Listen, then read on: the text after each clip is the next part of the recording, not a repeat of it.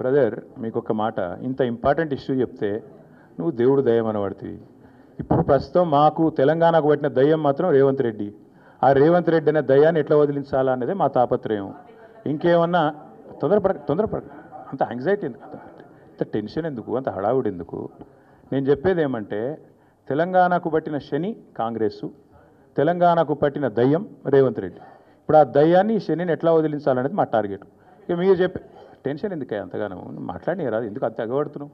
నేను అనేది ఏమంటే మీరు ఒకటి గుర్తుపెట్టుకోండి, లోక్సభ ఎన్నికలకు ముందు మేము పార్లమెంటు నియోజకవర్గాల వారీగా సమావేశాలు పెట్టాం, సమీక్షా సమావేశం.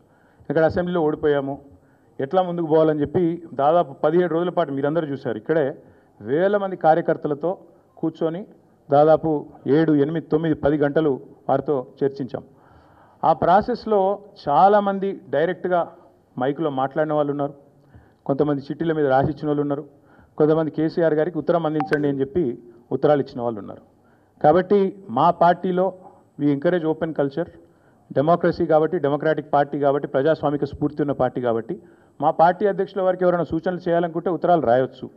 అదేదో చాలా గొప్ప విషయం అన్నట్టు మీరందరూ అంత బాధపడిపోవాల్సిన అవసరం ఏం లేదు.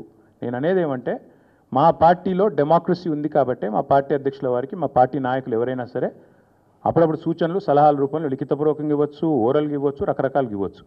అట్లాగే నేను ఒక మాట మాత్రం చెప్తాను, మనం ఎవరైనా సరే పార్టీలో ఏ హోదాలో ఉన్నా కొన్ని విషయాలు అంతర్గతంగా మాట్లాడాల్సిన విషయాలు అంతర్గతంగా మాట్లాడితేనే బాగుంటుంది. పార్టీ ఫోరమ్స్ ఉన్నాయి, అధ్యక్షుల వారితో కలిసే అవకాశం ఉంది, లేదా ఆఫీస్ బేరర్స్ ఉన్నారు, కలిసి చెప్పుకునే అవకాశం ఉంది. కాబట్టి అంతర్గతంగానే కొన్ని విషయాలు మాట్లాడితే బాగుంటుంది. అది అందరికీ వర్తిస్తుంది, వీళ్ళకి వాళ్ళకని కాదు, అందరికీ వర్తిస్తుంది.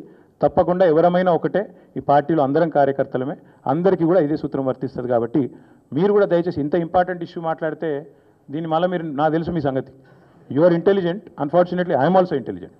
కాబట్టి నేనేమంటానంటే మీరు ఏం పెడతారో, మీరు ఏం హెడ్డింగ్ పెడతారో తెల్లారు నాకు తెలుసు, మీ బాధలు కూడా నాకు తెలుసు, మీ మేనేజ్మెంట్లకు ఉండే అవస్థలు నాకు తెలుసు, రేవంత్ రెడ్డి గారి ఒత్తిళ్లు తెలుసు.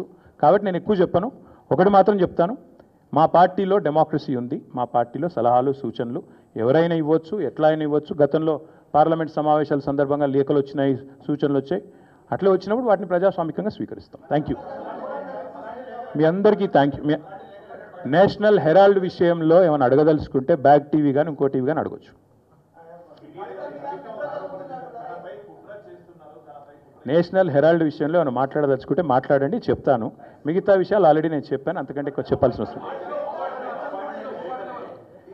నేషనల్ హెరాల్డ్ విషయంలో, యంగ్ ఇండియా విషయంలో, మీ కుంభకోణం విషయంలో మీకు ఏమైనా అడగదలుచుకుంటే అడగండి. ఓకే, అన్ని పార్టీలో ఉంటారు, రేవంత్ రెడ్డి కోవట్లు ఉంటే ఉండొచ్చు, ఏముంది అందులో.